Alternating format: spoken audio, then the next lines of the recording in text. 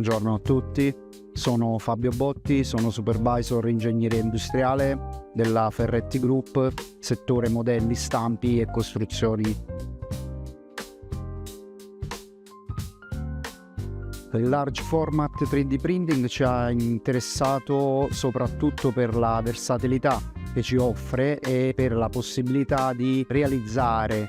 una marea di componenti minori da installare a bordo dell'imbarcazione,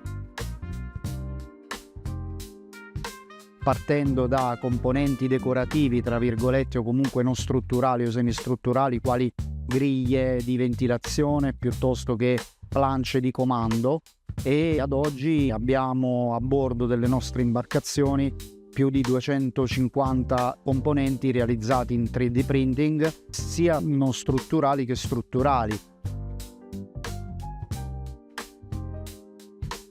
È quello delle griglie di ventilazione del GTX Pershing 116, un mega yacht dove questo elemento presentava varie complessità sia geometriche sia dimensionali, perché è una griglia di 5,60 m di lunghezza e composta da tante lamelle aventi curvature molto particolari e accentuate. Un oggetto totalmente irrealizzabile con le tecnologie tradizionali come lo stampaggio della vetroresina.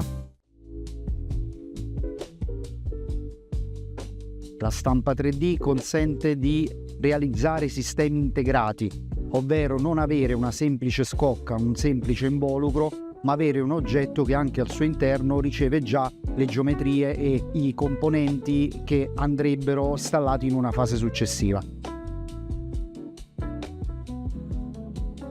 Nel futuro quello su cui ci stiamo avviando a costruire è la possibilità di realizzare in 3D printing manufatti di dimensioni sempre più generosi, ma riguardanti anche l'arredo piuttosto che i mobili esterni delle imbarcazioni.